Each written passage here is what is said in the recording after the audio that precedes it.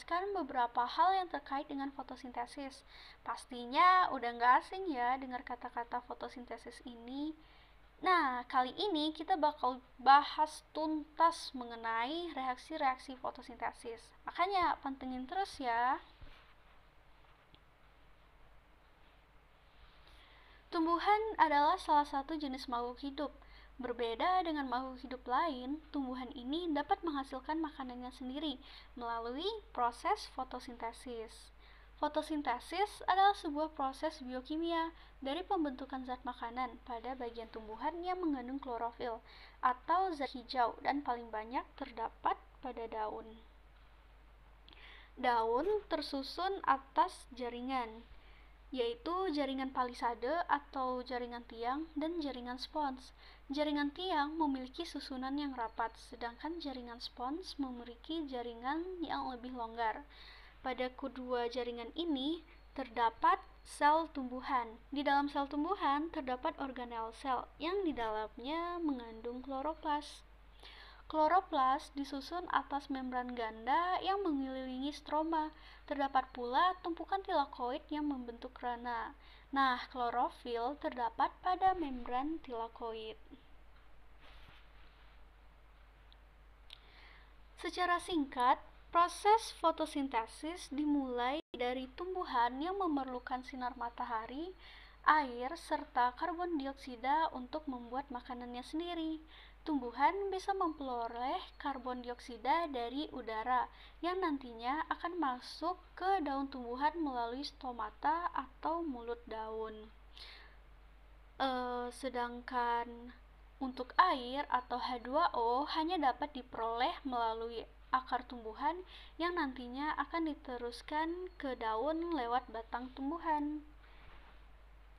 Secara kimia, reaksi fotosintesis adalah 6CO2 ditambah 6H2O dengan bantuan cahaya matahari dan klorofil akan membentuk C6H12O6 ditambah 6O2, di mana glukosa dari hasil fotosintesis akan menjadi makanan untuk tumbuhan ini, sementara oksigen akan dikeluarkan oleh tumbuhan melalui stomata ke udara bebas untuk dihirup oleh makhluk hidup seperti manusia, juga hewan.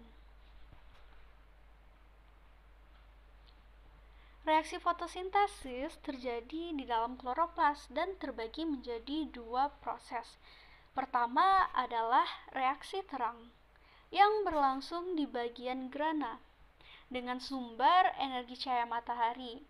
Hasil dari reaksi terang ini adalah oksigen, ATP atau adenoisin trifosfat, dan NADPH. Yang kedua adalah reaksi gelap. Reaksi ini berlangsung di stroma. Sumber energi dari reaksi gelap ini adalah hasil dari reaksi terang. Reaksi ini nantinya akan membentuk glukosa. Berdasarkan mekanisme fotosintesis, tanaman dibedakan menjadi 3, yaitu C3, C4, dan CAM.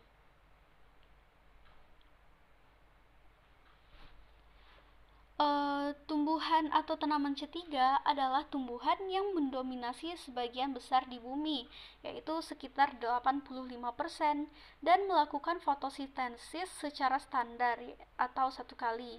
Nah, disebut C3 karena senyawa pertama yang melakukan fiksasi karbon dioksida pada reaksi gelap adalah fosfogliserat yang memiliki molekul berkarbon 3.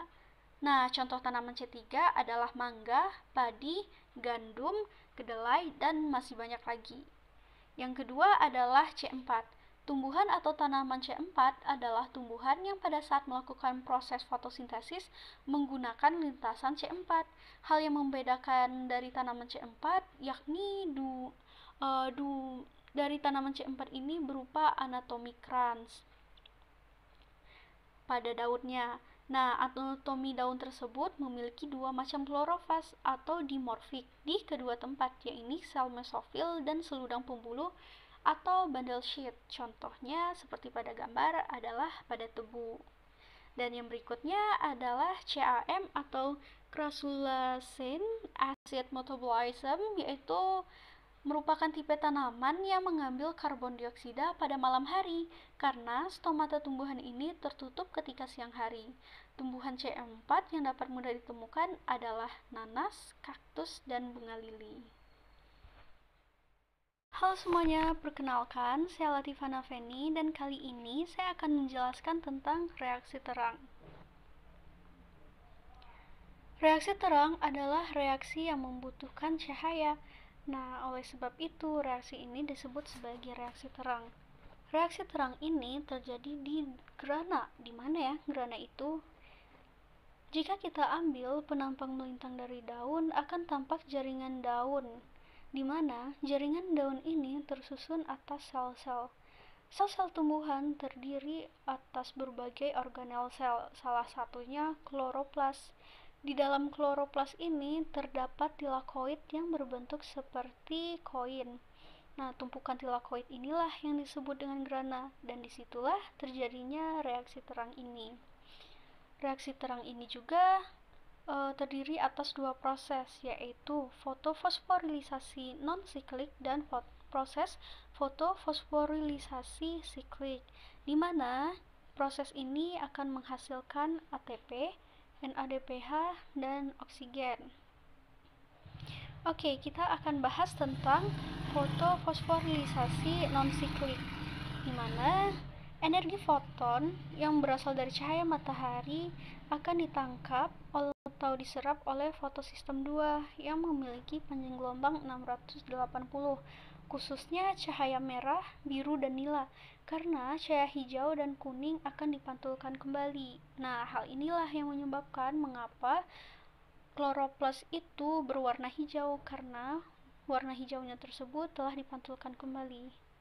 Oke, selanjutnya, energi foton tersebut memacu fotosistem 2 untuk melepaskan elektron, kemudian ditangkap oleh akseptor primer. Nah, proses pelepasan elektron ini disebut dengan fotoeksitasi karena melibatkan cahaya. Akibatnya, fotosistem 2 ini mengalami kekurangan elektron. Untuk mengisi kekosongan elektron ini terjadi yang namanya fotolisis atau pemecahan molekul air yang diubah menjadi hidrogen, oksigen, dan elektron. Elektron yang berasal dari fotolisis ini selanjutnya akan mengisi setiap kekosongan elektron pada fotosistem 2. Sementara oksigen akan dilepaskan ke udara sebagai hasil fotosintesis dan digunakan untuk respirasi, sedangkan hidrogen akan bereaksi dengan NADP membentuk NADPH. Oke, kembali lagi pada elektron yang berada pada akseptor primer, nanti selanjutnya akan dialirkan ke fotosistem 1 melalui rantai transport elektron. Nah, akseptor yang terlibat dari proses ini terdiri dari plastoquinon, lalu juga ada kompleks sitokrom, dan plastocyanin, yang selanjutnya akan sampai ke fotosistem 1 yang memiliki panjang gelombang 700. Nah, pada saat melewati rantai transport elektron ini, terjadilah proses fotofosforilisasi terhadap ADP, sehingga menghasilkan molekul ATP. Selanjutnya, pada fotosistem 1, setelah menerima foton dari cahaya, juga akan melepaskan elektron yang ditangkap oleh akseptor primer.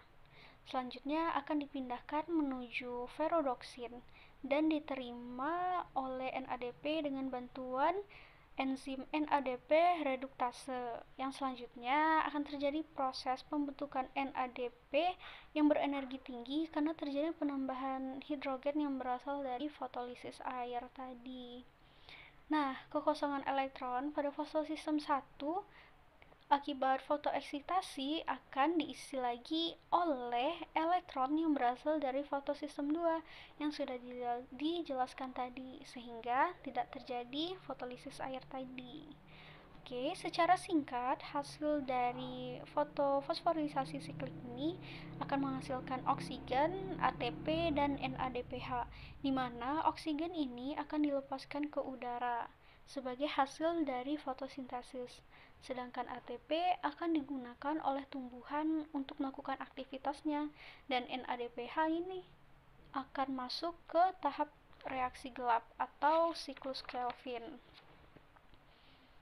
Selanjutnya, ada juga proses fotofosforilisasi siklik yang biasanya terjadi pada organisme yang hanya memiliki fotosistem satu saja, dan sesuai namanya, proses ini terjadi secara berulang-ulang, di mana energi foton yang berasal dari cahaya akan ditangkap oleh fotosistem 1 yang memiliki panjang gelombang 700 dan mengakibatkan eksitasi atau pelepasan elektron yang ditangkap oleh akseptor primer.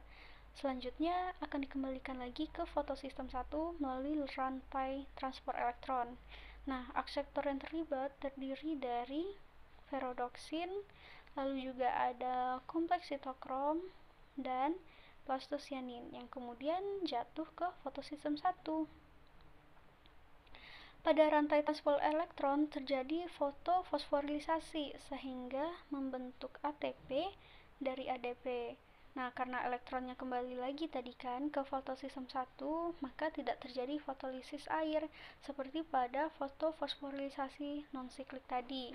Hal ini menyebabkan proses fotofosforilisasi ini tidak menghasilkan oksigen dan NADPH sebagaimana yang dihasilkan fotofosforilisasi siklik. Jadi, proses ini hanya menghasilkan ATP.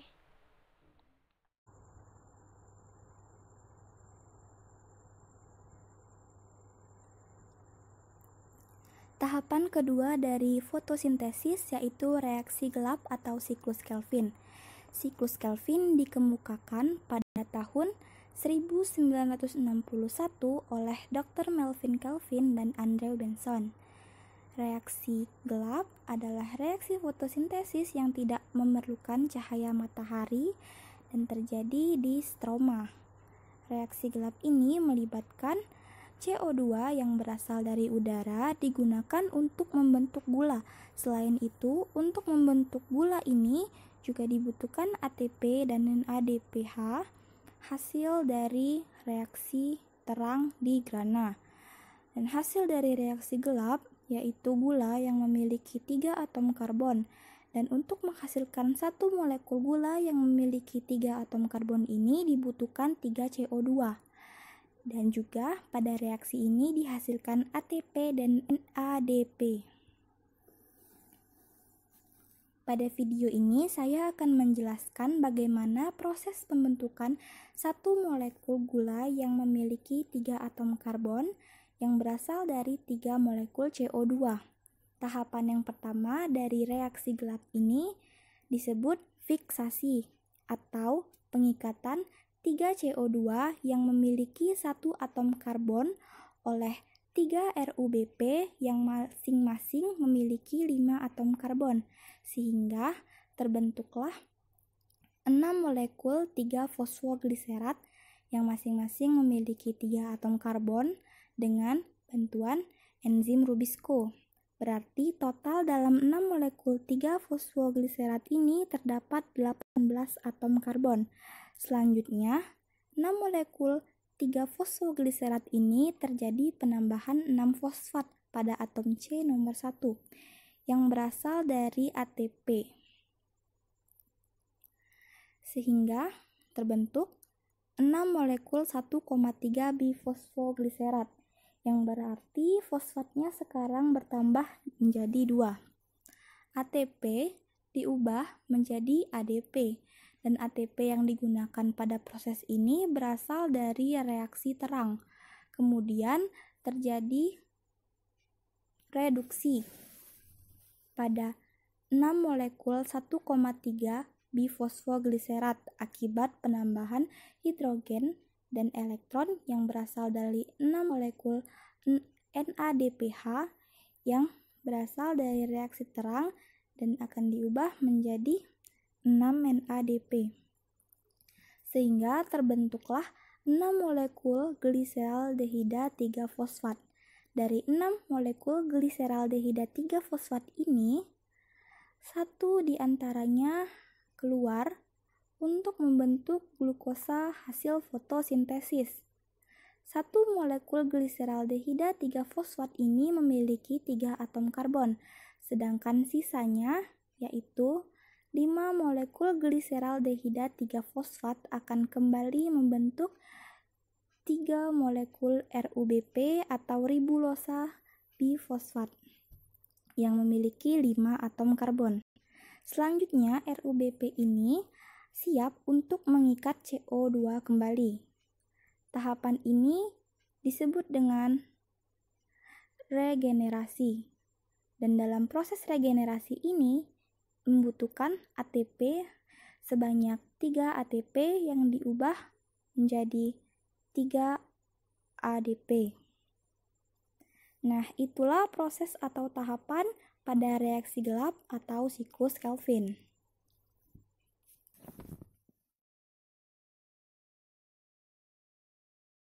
Sebelum menjelaskan fotosintesis tumbuhan C3, saya akan menjelaskan perbedaan utama fotosintesis C3, C4, dan CAM. Adalah tumbuhan C3 menangkap CO2 dan menghasilkan molekul berkarbon 3, molekul 3-fosfogliserat.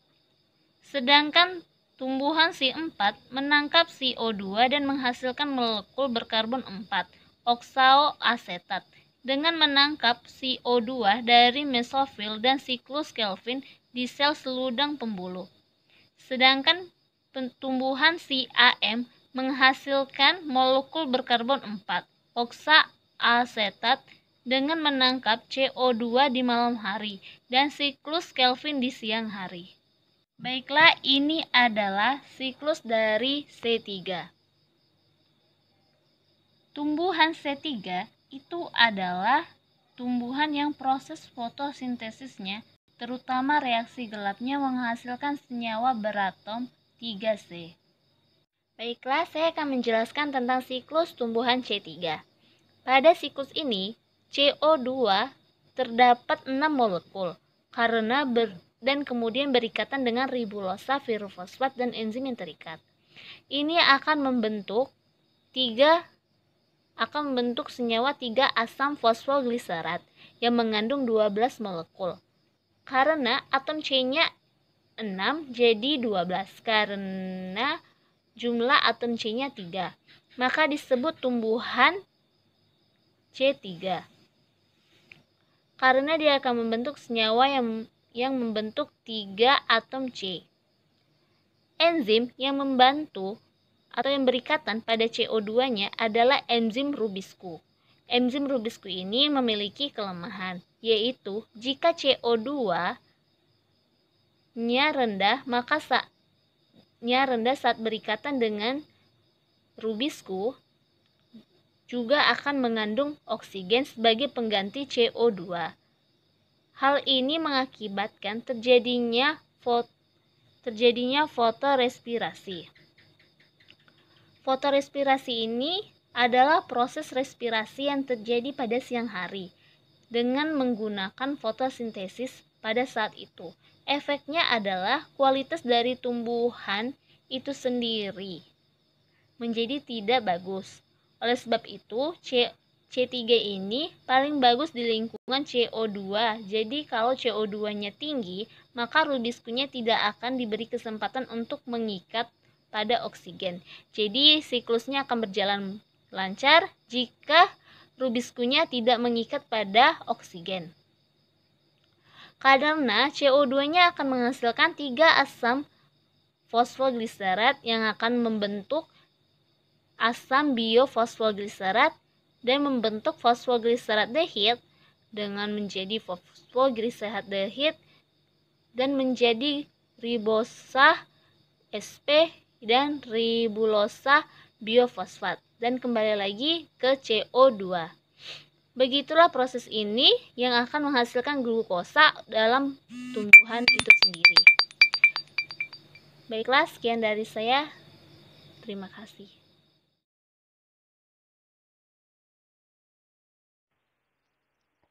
Fotosintesis tumbuhan C4 adalah tumbuhan yang pada reaksi gelapnya menghasilkan senyawa beratom 4C atau 4 karbon.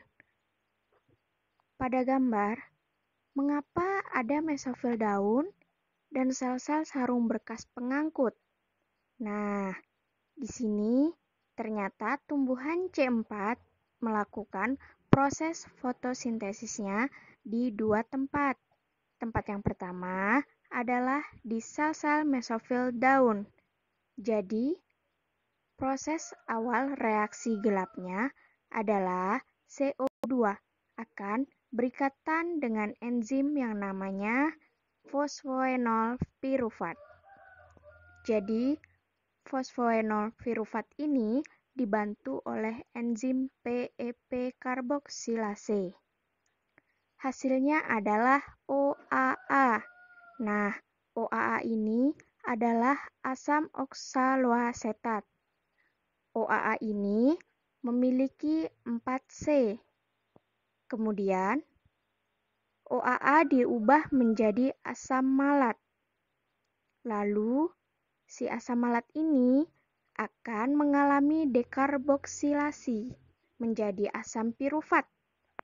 Nah, pada asam pirufat, harus kita ingat bahwa asam pirufat hanya memiliki 3C. Lalu kemana C yang satu itu pergi? Nah, C yang pergi ini akan berubah menjadi CO2. Dari CO2 ini, dia akan berpindah tempat untuk masuk ke siklus Calvin. Pada tahap akhir, siklus Calvin akan mengikat glukosa. Dapat kita lihat pada CO2 mesofil daun dapat prosesnya kita sebut dengan siklus Hertzsprung.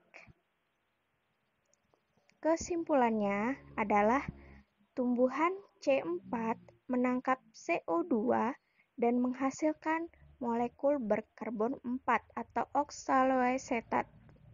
Dengan penangkapan CO2 di mesofil daun dan siklus Calvin di sel seludung pembuluh. Tumbuhan CAM. Tumbuhan CAM merupakan singkatan dari crassulacean acid metabolis. Tumbuhan CAM dijumpai pada keluarga Crassulaceae. Tumbuhan yang termasuk kategori CAM adalah kelompok sukelen atau tumbuhan yang mampu menyimpan air, seperti contoh lidah buaya, kaktus, dan nanas, yang umumnya hidup di lingkungan yang kering. Siklus pada tanaman CAM terjadi pada malam hari dan siang hari. Pada malam hari, pati-pati diurai dalam respirasi atau glikolisis menjadi PEP. PEP yang terbentuk ini kemudian menangkap CO2 dari udara dan mengubah CO2 tersebut menjadi asam oksaloasetat. Oksaloasetat kemudian diubah menjadi malat dengan bantuan enzim malat dehidrogenase dan pereduksi NADH. Malat yang terbentuk kemudian disimpan dalam bentuk asam malat di dalam vakuola. Dan pada siang hari, malat diangkut keluar dari vakuola untuk dikarboksilasi menjadi CO2 dan pirufat. Pirufat diubah menjadi pati yang pada malam hari diubah menjadi PEP. CO2 kemudian difiksasi oleh Rubisco menjadi 3 PGA. 3 PGA yang nantinya masuk ke dalam siklus Calvin seperti pada tanaman C3 dan diubah menjadi gula atau karbohidrat.